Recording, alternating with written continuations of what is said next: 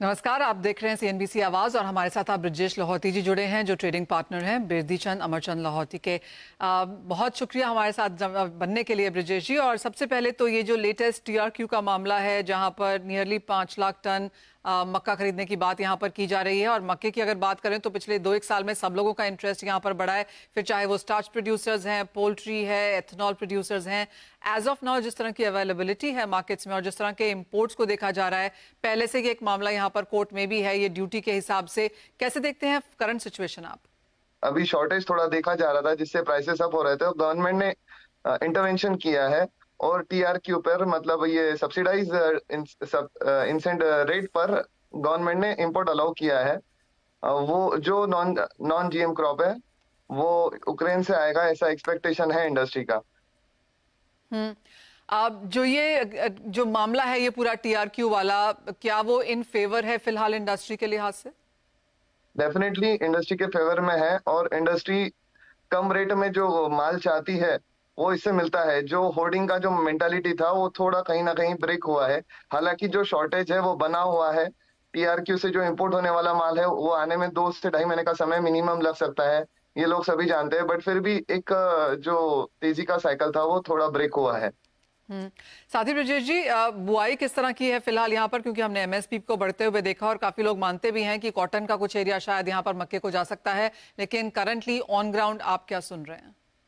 Definitely सारे जो खरीफ states है मेज से रिलेटेड उनमें सभी में बहुत अच्छे इंप्रेसिव नंबर्स मिल रहे हैं और किसान जो देख रहा है कि उसे अच्छा रिटर्न मिल रहा है तो वो इस क्रॉप की तरफ डाइवर्ट हो रहा है।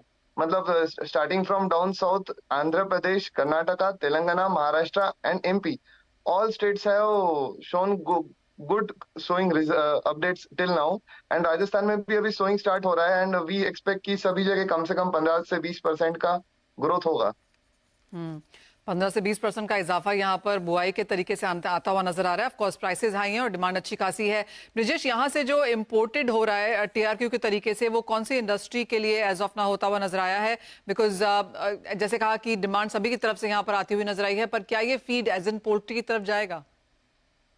नहीं, ये मोस्टली स्टार्च इंडस्ट्री में ही जाएगा जो ट्रेडिशनली इंपोर्टेड माल आ रहा है। इस बार एक्सपेक्ट किया जा रहा है कि कुछ एथेनॉल प्लांट्स भी इंपोर्ट में पार्टिसिपेट कर सकते हैं।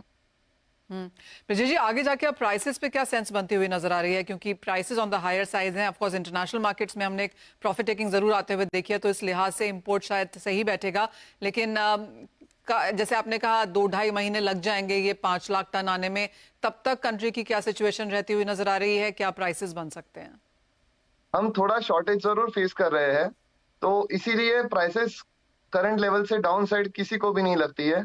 और जो फाइनर क्वालिटी है जो फीड इंडस्ट्री में लगती है, पोल्ट्री फीड इंडस्ट्री में पर्टिकुलरली, उसमें प्राइसेस का थोड़ा अपमूव एक्सपेक्टेड है, 50 to 100 रुपीज का एटलीस्ट।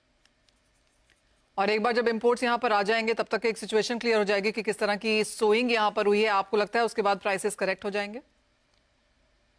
प्राइसेस करेक्ट नया गुड्स जब आंखों के सामने दिखने लगेगा तभी होगा मैडम।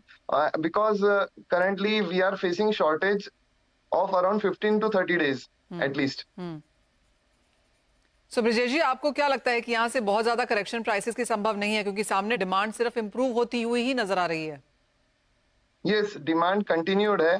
फीड इंडस्ट्री ये 3-4 महीनों में थोड़ा सबड्यूड होता है डिमांड, बट फिर भी जो करंट स्टॉक पोजीशन है वो हिसाब से फिलहाल प्राइसेस डाउन साइड कहीं नहीं दिखता है। बट डेफिनेटली टीआरक्यू मूव से अप मूव में थोड़ा कंफर्ट मिला है, ब्रेक मिला है एंड इंडस्ट्री के लिए सर्वाइवल के लिए बहुत अच्छा है। पर जैसे आपने कहा कि जस्ट अबाउट सर्वाइवल है यहाँ पर, 15-20 दिनों 15 से 30 दिन का तो यहाँ पर इन दैट सेंस शॉर्टेज यहाँ पर बनता हुआ नजर आ ही रहा है। तो अगर एक लॉन्ग टर्म सेंस भी लें यहाँ पर मक्का एज एन इंडस्ट्री की, जिस तरह से ये सडनली लाइमलाइट में आया है, जिस तरह से इसके यूजेजेस हमने फैलते हुए देखे हैं, ओवरऑल इंडस्ट्री अब आपको यहाँ से कैसी नजर आती है? बजट भी है, आशा ये भी की जा रही है जितने लोगों से हमारी बात हुई है कि इस बार हमें यहाँ पर ऑयल सीड्स पे कुछ सुनने को मिलेगा, गेहूं पे कुछ सुनने को मिल सकता है, और शायद रेथनॉल के लिहाज से बाकी कमोडिटीज को, तो मक्का इन दैट सेंस भी यहाँ पर इंपॉर्टेंट हो जाता है।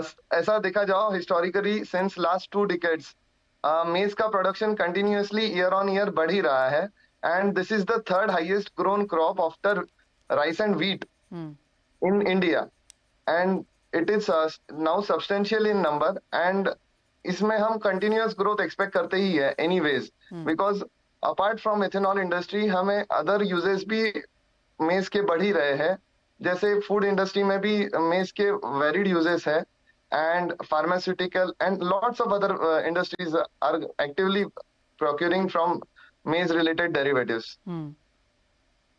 Fair point that. तो भाव आगे यहाँ पर बढ़ ही सकते हैं, मक्के का उत्पादन लगातार बढ़ रहा है, लेकिन सामने डिमांड भी लगातार बढ़ती हुई नजर आ रही है, तो ये एक ऐसी कमोडिटी है जो इन फोकस यहाँ पर लगातार रह सकती है। ब्रिजेश लाहौती जी, एज ऑलवेज बहुत शुक्रिया साथ जुड़ने के लिए और तमाम पहलुओं पर यहाँ पर डिटेल में हमसे बात भी करने